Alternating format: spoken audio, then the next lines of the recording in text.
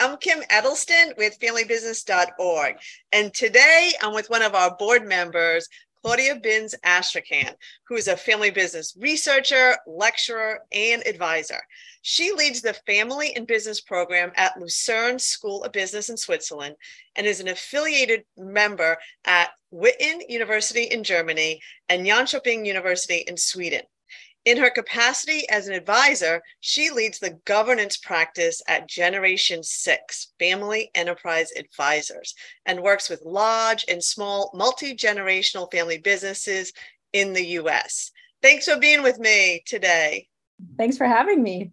And you are the perfect person to talk to today about boards and their problems and putting together effective boards of advisors.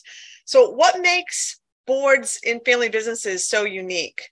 For private companies in the US, they're under no obligation to have a board with independent outside directors. And we'll talk about what it means to be a truly independent board member. Ideally, there's family members and non-family members, but oftentimes family boards are very reluctant to put in place independent directors. So we have boards, many boards that only consist of family members. And that's partly related to some owners being very reluctant to share information. In private companies, ownership is very concentrated, and it allows for a more consistent direction from owners, and it allows the board to get feedback from owners very fast and very directly.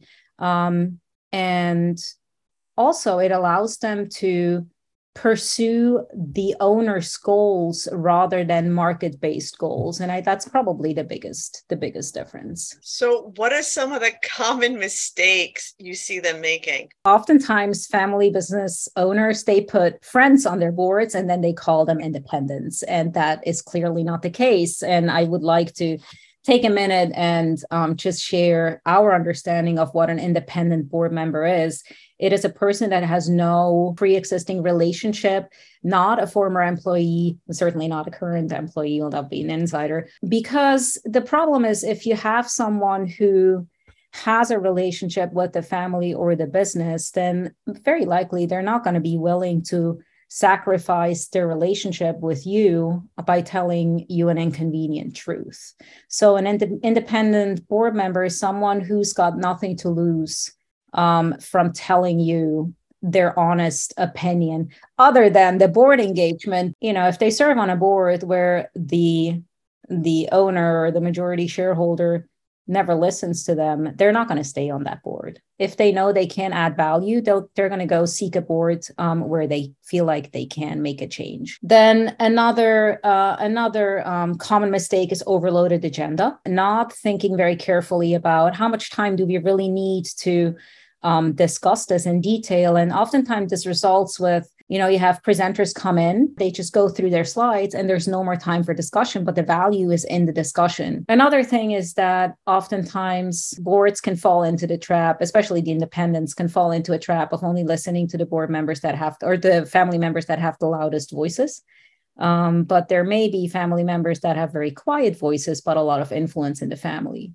That may be able to sway the family one way or the other. And especially if they don't feel listened to or feel disregarded, then that can create some very unfortunate dynamics. That's why I think, researchers that venture into consulting are a great resource, because we are trained to, recognize patterns and to ask the right questions and to really dig deep when we detect an inconsistency. So I think it's really something where researchers can add a lot of value. Oh, that's really interesting.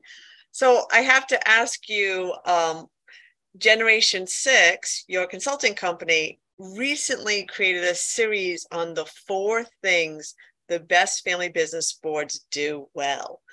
And how did you discover them? Your research?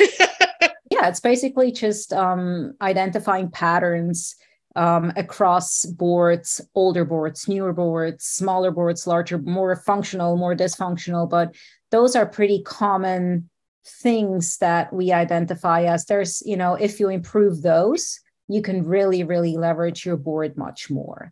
So for example, the point about candor, if people value their relationship more than being honest about what they observe, then you don't leverage your board. It's a shame if people have a board and it costs them a lot of money and a lot of time, and it's not really being leveraged.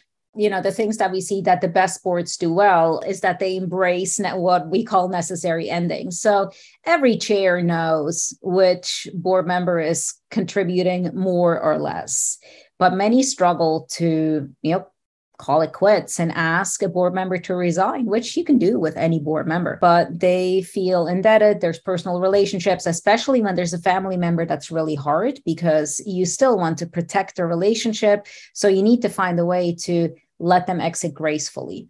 And that's very challenging. And that's why a lot of family boards just rather not end things that need to be ended. But in the end, you have a board seat that you're not leveraging for the sake of protecting that relationship and avoiding the conflict. And then, having a low performing board member just really harms boardroom culture, because if you have a board where you have one or two that just are not contributing, and if you think that the value of a board is a direct function of the quality of the conversation in the boardroom, then every seat that's not filled with someone who's passionate about and knowledgeable, that's such a wasted opportunity. Also, not including management and the other directors in the agenda setting process. Are you making sure that everybody can voice their needs and opinions in that process? Because that generates a lot more buy-in, but then also the sense of collaboration that's really helpful in shaping the relationship with management too. And then the last one, managing group dynamics and nurturing good relationships between the board members so that they get to a point where they know each other really well and they trust each other, and they can get past that fear of, I'm going to hurt this relationship by being critical. Usually the boards are pretty clear in terms of this is what we're here to do, but I'm often surprised how many management teams or many members of management teams don't really understand what the board is here to do. And, they view it as a rubber stamp or as this scary, decision-making body that they have to report to. And that, so they end up not sharing the really critical stuff or stuff that they're struggling with because they're afraid of repercussions. So really being crystal clear about who is this board, what are they here for, that goes a long way, because otherwise management is not going to be able to use these people that are fantastic resources to them because they're afraid of them or they don't really understand what they're here for. So I think that's an important one. When you, in your work, come across a really ineffective board for multiple reasons, they don't know their mission, they don't have an agenda, they don't have outsiders. Are you able to turn it around? Depends on the chair's willingness to receive feedback. The most important thing is clarity of purpose and scope of responsibility. What are we here for? And then communicating that to management, and then creating opportunities for management to meet board members. Oftentimes, industry experience is overrated. Everybody always says, "Oh, we need an industry insider," but oftentimes you'll have plenty of that on the board already. Would you maybe benefit from someone from another related industry that can bring in some outside expertise and more of a unbiased perspective on the industry, on the business, whatever, somebody with really strong analytical skills, but not necessarily more industry expertise that you already have. If someone pays for an evaluation, they know that they're at least open to consider things that they can do better. So we don't often encounter, complete resistance. And in the process, you realize how much you can push, what's possible at which point. Oftentimes it's, you recognize that the family members serving on the board, okay, they're not open to outsider, but can we qualify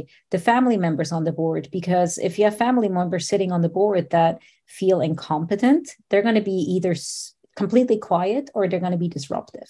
So how can we help these family members feel more prepared? So can they have a mentoring session with the CFO prior to the board meeting so they understand the number? Can they have a debriefing session with another board member to give them feedback on Did they ask good questions? How did they, interact with others? Things like that. So you can do training with them while they're on the board. Oh, that's nice. So if they're not ready to change up their board, there's ways to make the current board more competent, more involved. Yeah, you work with what you got. It can be a very lengthy process, but that's okay.